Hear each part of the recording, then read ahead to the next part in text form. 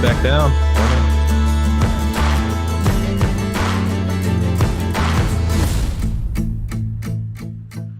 All right, guys, we're live. Spencer Israel, Stock Market TV. I've got the guys from the Gold Rush here with me, Jason Purrs and Sam Gatlin. We just had a FOMC interest rate decision. It was, drum roll please, not a surprise to anybody. Federal Reserve just lowered federal funds rate by a quarter of a point, 25 basis points, as expected.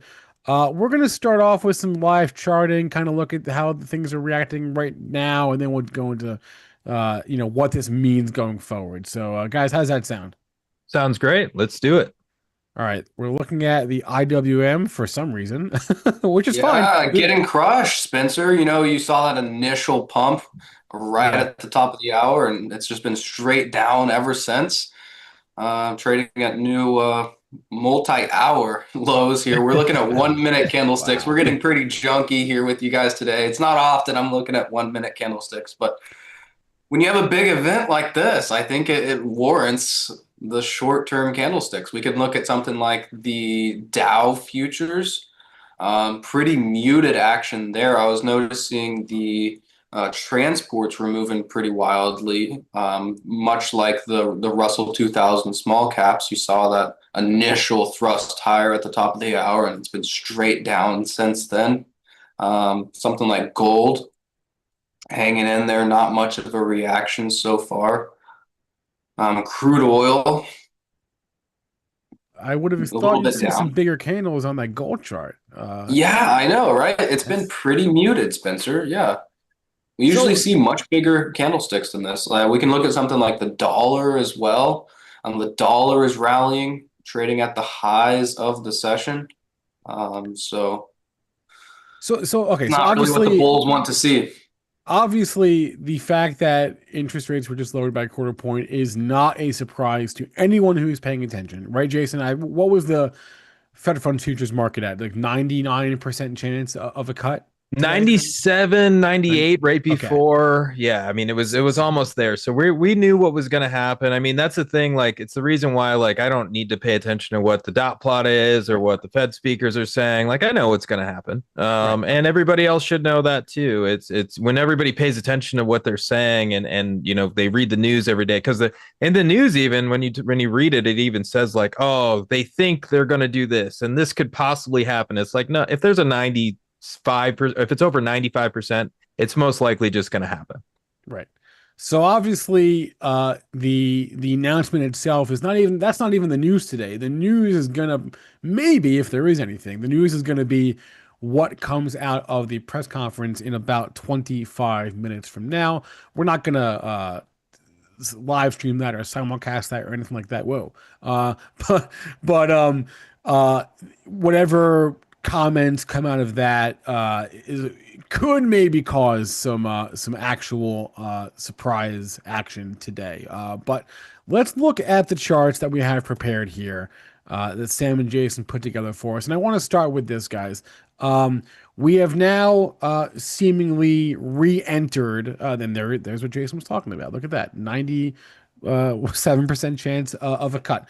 We have now re-entered a rate cutting cycle. Rates had been lowered August of last year. Then they stopped in January, and we've been steady since then. Now we're down again. So, what does this broadly mean for markets? Start with you, Jason. Yeah, for me, it's just we're going to continue on this path, and I think it's going to probably continue no matter what. I think, for me, it's why are we exactly cutting rates? If you were thinking like in the past, like let's say pre-2020, what would be the right environment for the Fed to start cutting rates? Well, you would say the market isn't making new all-time highs. Gold isn't at $4,000. The economy, the economy, Jason. Economy. Yeah. Yeah. Well, sure. Yeah. They just don't, but they say that they care so much about that, but I really don't think they do. I really think they do care so much about inflation getting out of control. And there's a reason why we call it, I mean, go all the way back to the beginning of my career. It's the Greenspan put to the Bernanke put to the Yellen put to the Powell put. There's a reason why they say that's in the markets, and it's because when the market goes down, they usually come in and start coming in pretty heavy. I mean, we were buying BlackRock ETFs back in 2020, so they like to buy things pretty heavily at certain times. So I do think that the way this is and the way you want to look at this is if we're going to cut rates, it's probably just going to add to the rally. Yeah, you're going to see some short-term volatility. Every Fed day has a lot of volatility. I always tell people if you're going to trade a Fed day, the way to do it is wait 3 days. The first day, reaction, it's just whatever. It's going to be all over the place. We're looking at the 1 minute candles, just like Sam was showing earlier. It's going up, it's going down, it's going sideways. Everybody's freaking out. And then tomorrow, you'll probably get the false move, which will go the opposite direction that the market will probably go in. Friday, you start to see what direction we might be going in. Really, Monday is when that's all really settled and people will get an idea of what it is. But for me, it's as we're cutting rates, I just continue to see that the cyclical story will probably continue to happen, meaning things like commodities like gold, copper miners. Copper miners are at a new all-time high right now today. I don't know if they're still there at the moment as we're speaking. So we're seeing that happening. We're seeing, oh, great chart, Sam. We're seeing the gold miners. Yeah, they had a pullback, but they're still really strong. So I really don't want to bet against that either. These are multi-decade base breakouts, Jason. Yes. Let them dance. Let them dance. I think these things are going to continue. XME at new all-time highs, just hitting off of that 2008 support actually and bouncing back up higher. So we're seeing all these sectors in the mining space continue to move higher. I think it looks like a bull market. I think the S&P 500 will probably just go higher. I think everything's probably going to go higher. We're in kind of a Goldilocks phase in the market at the moment, and what that means is everything's kind of rallying at a crazy, alarming rate at the moment, and they're cutting rates into that. I don't think that's going to stop anytime soon. But you're right. They're talking about the economy. The big thing that they were talking about today was the fact that we had the slowing job numbers and the slowing growth in the United States and all these reasons why they had to cut rates. But really, let's be honest, Powell was really, really steadfast in the thinking, hey, we're not going to raise rates. Or sorry, we're not going to lower rates. If we lower rates, inflation will come back. And then all of a sudden, they started a lot of political pressure. They started getting rid of people at the Fed and so on. They started making a lot of threats. And now they're going, hey, we got to cut rates. We just have to do it right now. I think Powell was completely right. I think, you might not see it in the very short term because each rate cut takes a little while to come into the markets and into the world. But I think in the long term, we're going to see a lot of inflation come into play because of these cuts. And I think Powell was absolutely right to be hesitant. So I think over time, I'd say the inflation story is probably intact. I would say the market's probably going to continue to go higher. And I'd say this is probably a mistake, but we're going to make money off of it. So what do I care? True. And I think this chart number 2 that I brought along today, the iShares 1 to 3 year T-bond ETF, SHY, I think this is the number one chart to watch if you are a stock market bull. If you're long all the ARK stocks and the speculative tech and the flying cars and all of that, you want to see these yields at the short end of the curve come down, and you want to see this ETF decisively reclaim that VWAP from the 2020 high and enter a brand new primary uptrend. But Jason, we have this great setup in the SHY, but something like TLT is nowhere near completing this trend reversal. So what do you think that's telling us? What should investors take away from that? You have the short end of the curve kind of falling off a cliff, but the long end is still hanging in there in the middle of a range. Yeah, I mean, it's the same thing I've talked about before, which is I'm so long the short end of the curve. So the things like SHY, I'm in futures, so we're looking at the basically 3-month to 2-year bonds. I'm long the short end of the curve, and I'm short the long end of the curve, meaning I'm short things like TLT and so on. And at the moment, it's a great trade because we're seeing that massive divergence. And most of the time when you see that type of divergence, that's really telling us there's liquidity coming into the market. And you're seeing that show up in things like the dollar this year getting hit pretty hard. You're also seeing that liquidity go into all these different areas. Gold miners are up, over 100% this year. We've got XME, metals and mining making a big move, lithium miners making a move. The S&P 500, speculative tech looks great. Global stocks look amazing. So we're seeing that liquidity show up in all these different areas. So I like the idea of continuing to watch this one and make sure to watch that spread between both of them. As long as we keep seeing shy outperforming and the spread of this yield curve moving the way it is, which is called a bull steepener, we're probably going to see most of these moves continue. I'd be surprised. Can you explain that terminology? I don't think all of the I audience was is going to ask familiar that with same the question, bulls Sam. and the bear steepeners. You know, it can get pretty fancy with the bond market lingo. Oh man, bond markets are full of big jargon words that sound very Yeah. intelligent, but really they're easy to understand. So when we're looking at this chart, what a bull steepener is, and this is very easy to understand with this chart up, which is it's where these green arrows are. So that basically means that the 2-year yield is outperforming the 10-year yield. And so when we see that type of environment, usually it means that there's liquidity coming in the market. So if let's say the Fed is lowering rates, which they are right now, and let's say the 30-year rate isn't coming down as quickly as the Fed is lowering rates, that usually leads to more liquidity in the market, which is actually the reason why they lower rates in the first place. And the reason why this works out that way is that banks lend from the long end of the curve, but they borrow from the short end of the curve. So if a bank borrows money, like none of us have ever gotten zero interest rates when that was happening a couple, 4 years ago. I wish I could have went somewhere and got zero interest rates, but that doesn't happen. But if you're a bank, that can happen. So you can get these very low short-term interest rates on these on the debt. And so then you can borrow from that end. And let's say you borrow, a bank borrowing $1 billion. And let's say you loan $1 billion. So then you loan $1 billion. And at the time when rates were at zero, rates for the 30-year would be 2-3%. And so they're loaning at interest and making that money in the middle. And it's the same thing here. So when you see this steepening, what this is telling you is that there's more liquidity coming into the system.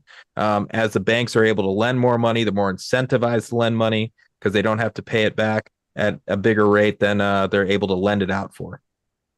So in other words, bullish for the economy and markets. In other words, green arrows bullish for economy. Green arrows pointing up is good. Got it. There was a comment in the chat from Wavy about the balance sheet. I did want to bring up Sam, if you could slide the new slide 2 for a second, if you can. This is a thing that I like to consult. Great thing that the journal does every time that there's a new Fed meeting announcement is they just highlight the changes in the statement.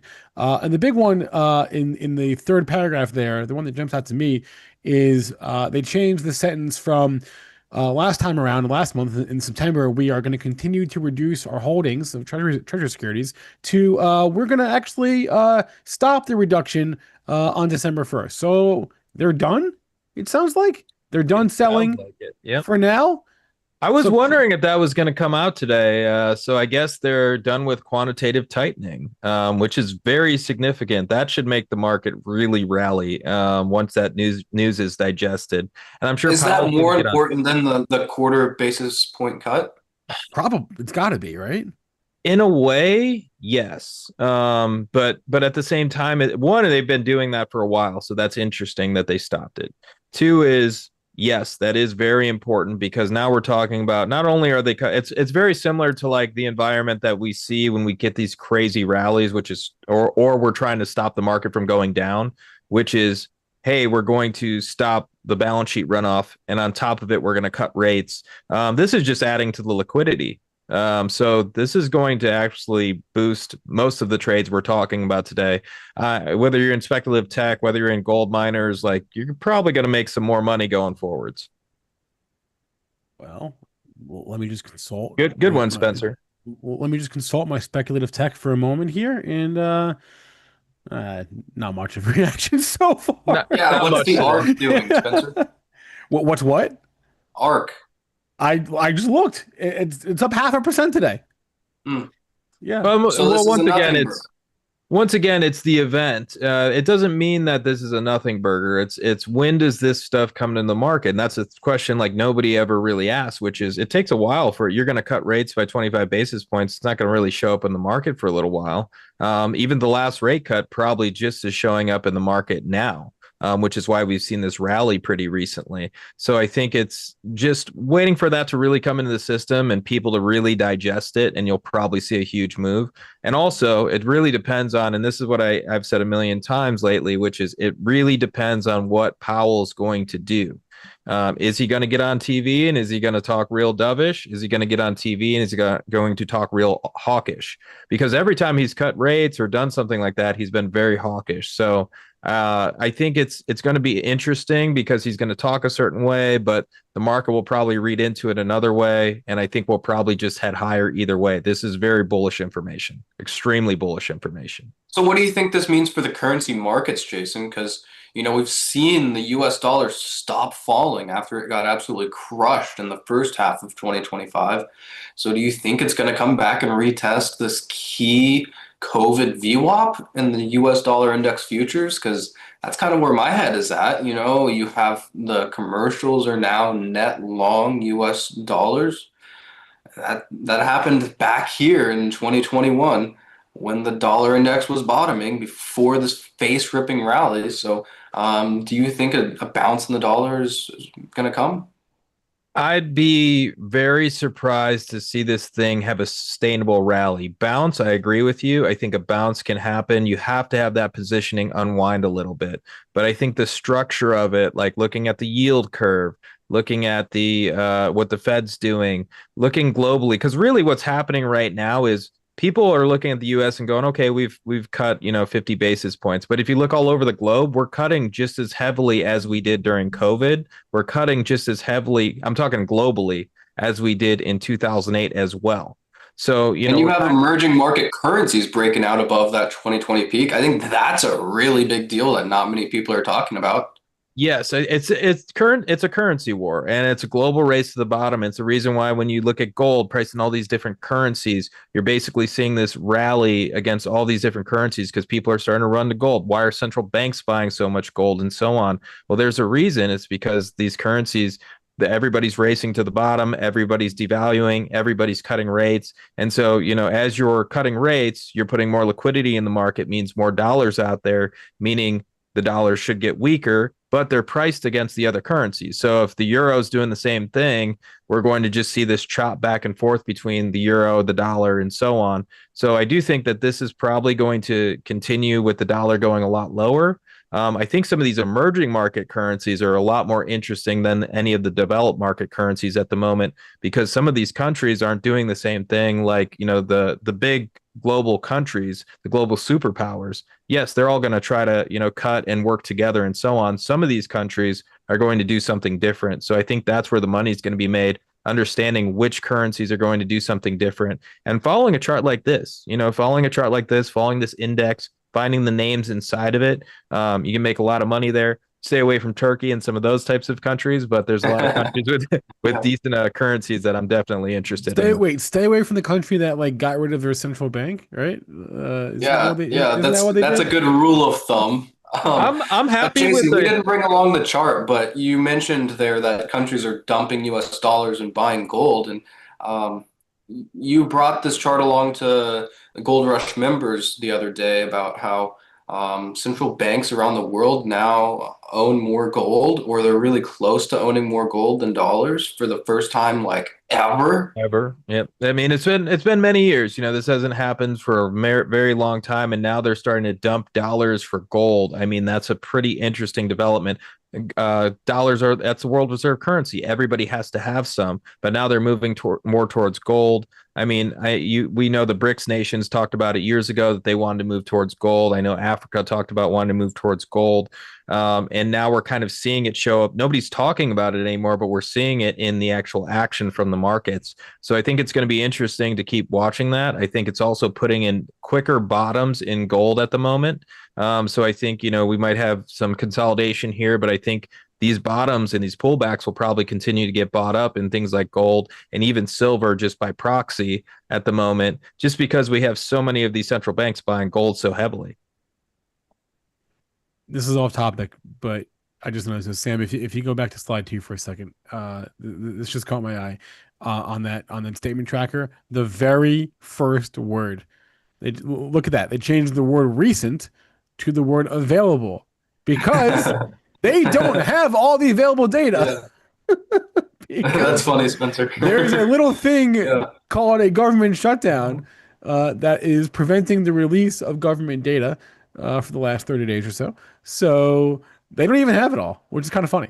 I've never seen that before. So so I thought that was amusing just now. That caught my eye. It's But interesting yeah. because it's we have so many data points that are going in that haven't made it. You know, we're looking at some inflation, some zones, food inflation, and so on is happening. But then also, if you look at rents and housing, like that's also falling. So I don't know where they're going to end up when the government comes back, but I think it's going to be interesting. But I think overall, I think they're going to stay the path. I think even if we saw a little bit of an uptick in inflation, a little bit of an uptick in jobs growth, I don't think they're going to care. I think they're going to Yeah. continue this cutting cycle. I think it's going to continue to go. I think it's become way too political. And I was going to also say, yeah, good for Turkey getting rid of a central bank, but that's a whole other conversation we could have one day. That's a different. That's a whole other kind of worms. I don't think we want to get into that right now. Mm. Real fast. I'm just looking at the CME's FedWatch tool. Current probabilities of a cut in December 90%. So in Jason land, that's 100%. Basically, right? Yeah. Yeah. Well, we'll see when we get closer, right? That's the thing Okay. about it. When we get closer, once you're like a week out, a month out, even like then you start to really go, okay, this is what's happening. But at this point, it's possible, and I think that they're going to just keep this cycle going. I don't think anything stops this train at the moment. I think they're just gonna cut, and it's kind of got to be this Goldilocks environment, and the market's just going to go up until something breaks, and at some point, something will break. But at the moment, it's like, ride the trend, make some money. Like there's a lot of things to be doing. We've been doing a lot of those, making a lot of money at Gold Rush for our members at the moment. So we'll continue to do that. All right, let's talk. Let's go through more of these charts.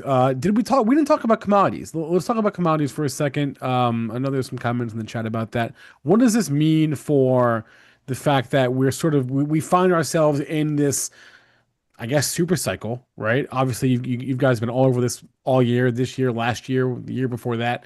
The metals, we saw what happened in oil the last few days. Things have been ripping. What does this mean for those markets? Yeah, I think that this is just go. I mean, I don't know exactly how to put it besides if you threw a bunch of gasoline on something and you were just waiting for someone to light a match, I feel like the Fed's ready to light that match. Like this is basically we've been looking at this inflationary cycle for a long time, and if you look at this chart, it really mirrors what happens in the yield curve. And once again, like we went over earlier, it's just green arrow means more liquidity. So as we're seeing more liquidity come into these markets, we're going to see bigger moves come out of these markets. The CRB index, which is mainly energy, has been consolidating for a very long time. We have the tightest band squeeze ever in history on it right now. If we actually start to break out of these levels, let's say oil just continues up a little bit higher. It doesn't even have to go that much. Let's say $10. That's going to be the most explosive move any of us have probably ever seen in the oil markets, the commodity markets, and so on. It's just moving into a different area. We've already seen this explosive move happen in gold. We're starting to see it really. I mean, it's already shown up in copper and copper miners, but it's starting to continue to go and get even crazier in copper miners at the moment. Lithium miners look great. Uranium stocks look amazing. Now we're looking at coal is starting to make a move. We're picking some coal stocks. We Sam and I have been picking aluminum stocks. Like it's literally like endless. The thing I don't want to do here is really bet against the fact that energy is not going to join the party. I don't want to front run it. I want to wait. I want to be patient for these breakouts. However, I bet this thing's going to take off, and I think this thing's going to take off quickly. It's going to be a big move, and I think the Fed just continues to throw gasoline on it, and we're just waiting for the match, and that match is probably happening very soon. Look at the soybean futures too, Jason. You were talking to me earlier about this week getting all excited like about the the soybean. grains. Yeah. The grains haven't been trending higher in so long. My family back in Kansas is actually harvesting the soybeans right now, so I'm really happy to see this breakout happening right now. It's Good going to harvest be or bad harvest in Kansas, did they say? mediocre. But Mediocre. of course, the cattle have been great. They're kind of rolling over now, but still near all-time highs. So that's been really keeping us afloat.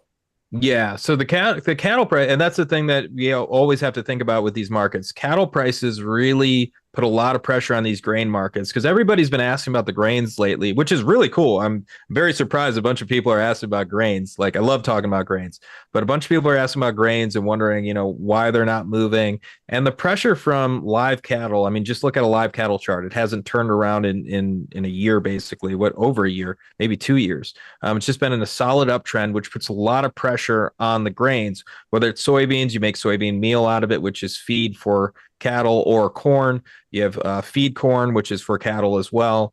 So that ends up putting a lot of pressure on those markets when that price is up, mainly because you're talking about higher prices, less supply, less cattle out there, meaning less demand for things like soybeans and corn. So as we're seeing that type of move happen, we want to see live cattle start to roll over, and we're just seeing that start now. And then we saw this idea of the possibility of China buying more soybeans from the U.S. farmers. All of these together are really good catalysts for the possibility of soybeans finally to start moving. And I think corn's going to start moving as well. So I'm really excited to see that happening. It's been a while. These are new 52-week highs for soybeans. So let's see where it ends up. I'm excited about this one as well. We're going to write about this on Friday for our members too. Totally. Yeah. There's a question in the chat about the best way to play commodities. I don't know if we want to get too specific. I want to maybe save the most specific answer for your members, but broadly speaking, let's just take it in terms of vehicles, right? Would you look to the futures? Would you look to commodity ETFs, or would you go to stocks? Futures for me always, because you don't have to deal with the roll costs, and you're not dealing. What that means is when you look at some of the commodity ETFs, USO is a great one to understand this. USO, go back to 2020 and look through today. You'll see that, UNG is an even better one. So natural gas, UNG is the worst looking chart compared to natural gas you'll ever see, and the reason why is the roll cost inside of that. So basically, let's say I own a November contract of natural gas, and you're UNG, and you have to, because you're ETF, you have to roll to the next contract. You're actually going to pay for that next contract, which ends up leaving that in a bad position where that price continues to go lower against you, even though maybe that December contract would have just gone higher if you were in the December contract. So I stay away from the ETFs for that reason. But if I'm looking at just something broad that's easy, like I always suggest this one, DBA. DBA is one of the best broad ETFs for exposure in the commodity space. Basically, because you can't really get people always ask about coffee. How do I get exposure to coffee? And I say, well, there is no ETF for coffee anymore. What about cocoa? Well, there is no ETF anymore. Sugar, there's cane, but there's not many ETFs for a lot of these things. The best managed fund to get exposure to softs, grains, and everything is DBA. All of those are in there. And they basically rotate in a very similar way to the market, where the strongest ones will lead the way. A couple of years ago, the biggest ticker inside of that or the ETF was cocoa, and then it was coffee. It just changes over time depending on what's winning. So DBA, that's my answer. Probably the It's easiest. kind of like the S&P 500 of the commodities. You Yes. buy more of the winners and you kick out the losers. Exactly. I like that. Yeah, it's my favorite one for broad exposure. I think it's a good way to play it. More specifically, we'll get into that with the members, but broadly, that's a great one. The concept that Jason's referring to is known, I believe, as contango, and the question in the chat about futures rolling too. Yeah, futures roll. You can't own a continuous, at least to my knowledge, you can't own a continuous futures contract. But the ETFs, the commodity ETFs, they have to own the front month, right? Yes. And the front month is always going to be less expensive than the next month, right? Yes. So most of the time. Most of the time, not always. You're right. There's the opposite is called backwardation. So most of the time, the current month is costs less than the next month, and so they have to they're always paying more to roll over for the next month. When you own a futures contract, yeah, you have to roll too, but you don't have to own any. No one makes you own a given month. That's what makes it unique to you. if you're the fund, you have to own the current month, right? Yes. So So that, if I'm trading futures, most of the time I'm looking at, okay, what are the dynamic, like I'll always look at the charts first, and then I'll go, what are the dynamics in, like, let's say I want to own December, like right now I own right. March soybeans, or if I want to own something like that. Either way, that gives me time. If I'm in something like, let's say I just decided today I want to buy the UNG ETF. Well, at the end of months, they would probably already happened, but at the end, let's say I bought 2 weeks ago. At the end of the month, they're going to roll, and then I'm going to get hit with that cost. And so my position is going to go even lower than the actual natural gas really did. So I could have just gone to January, February, March, and probably owned it and made a lot more money that way than trying to own an ETF that's going to just get killed basically through roll cost over and over again, Right. called contango. All right, so listen up. I know Jerome Powell is either about to or just took the mic, so we should hop off. But before we do, I want to mention that Sam and Jason have been putting out all kinds of incredible research, trade ideas, reports. A report went out like just the other day about gold and silver. And that's all for their members. If you are a member of the Gold Rush, you already got it. Great. If you're not a member, if you're watching us on YouTube, there's the link that is pinned to the top of the chat. It's also in the description. You can go to allstarcharts.com /gold dash rush. That's the URL, allstarcharts.com /gold dash rush to join the Gold Rush and get these guys as actual ideas. The real answer to the question, what is the best way to play commodities, is not just futures, right? It's more specific than that. Jason has the answer, and so do his people. So we put out Sam and I are Yeah. putting out the answers every single Right. week. We've got tons of great trades that have been going out. I mean, God, Sam, I mean, we've literally made a killing over the last year. So basically, year to date, we have an insane return, bunch of great trades for everybody. So please join us. We'd love to have you. And then you guys are going live tomorrow, as you do every Thursday. New Yes, reports sir. every week, metals reports, bond reports, currency reports. It's all there. Use the link in the chat or description, or as I said, allstarcharts.com /gold dash rush. Okay, I don't know what John Powell was saying, but it must not be saying much because I'm looking at a 1 minute chart and it's not really doing a whole lot. The market So. went up and then it went down. Oh, now here we go. Here we go. Now we're talking. Uh-oh. Seriously. I don't know what he just said. The market went down. Oh boy. Yeah. Yep. Spencer, I'm going to bet you $20 the market is going to go up again, and then it's going to go down again. Well, it might just go sideways. So that's my point. Yeah. Yeah. Well, whatever you just said. Seriously, whatever you just said, just undid all that. On the 1 minute chart, everything looks crazy. Just zoom out. Most of the time. Yeah, don't forget to zoom out. That's important. Yeah. This is just one day. One day does not make a trend. Big reversal, though, in everything. My whole screen was green 30 seconds ago, and now it's all red, except for oil and a couple of sectors. And gold. Gold's unch. Gold is unched for me. There. Silver is up 1.3. Red. Copper's up 0.8. Everything is down except for the VIX, and now it's just craziness. Now we're going all. Oh, look, it's going up again. Yeah. You owe me $20. All right, let's get out of here. Thank you for watching, guys. Drop us a like if you're on YouTube. We appreciate it. Sam and Jason, good stuff as always, and try to avoid the whiplash from going back and forth on this thing. All right, guys, take it easy. Adios. Thanks for being here, everybody.